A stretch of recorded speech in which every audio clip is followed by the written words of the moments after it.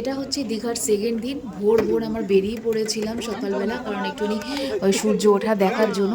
আর একটু সকালবেলা চা না খেলে হয় বলো? এই যে গরম গরম চা করছে এখানেও চাটা, আমরা না খুব চা খেতে ভালোবাসি, খুবই চা পাগল। তো ভালো জায়গা চা না খেলে না একদম ভালো লাগে না। তো এখানেরও চাটা ভালো পেয়ে গেছিলাম।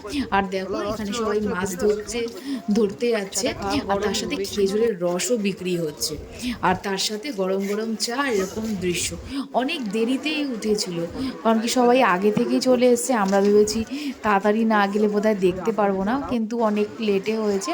বাট পরে দেখেছিলাম খুবই ভালো। আর দেখো কি যে ঠান্ডা হাওয়া দিচ্ছিল না, একদম মানছিল না আমার এই সোয়েটারটা। মনে হচ্ছিল আরেকটা জ্যাকেট পরে আসলে বোধহয় ভালো হতো।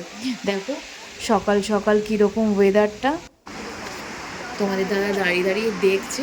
আমরা আরও একটুখানি ঘুরেছিলাম, তো এই দিকটা আগে আমরা ঘুরেছি, তারপর যেখানে মাছ ধরছিল আমরা ওই সাইডে গেছি। তো দেখা হবে আবার নেক্সট পার্টে দীঘার।